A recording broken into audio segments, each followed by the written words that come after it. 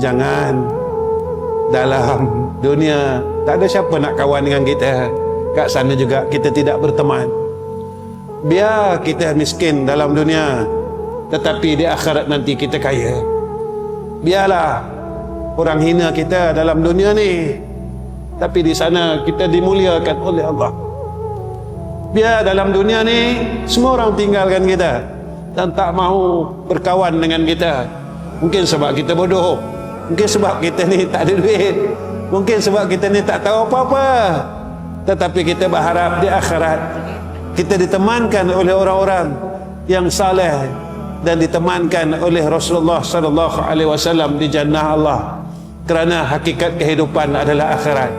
Dunia adalah tempat penyataan keimanan yang Allah tunjukkan kepada kita tentang hakikat hidup ini. Wa ma khalaqtul jinna wal insa illa liya'budun.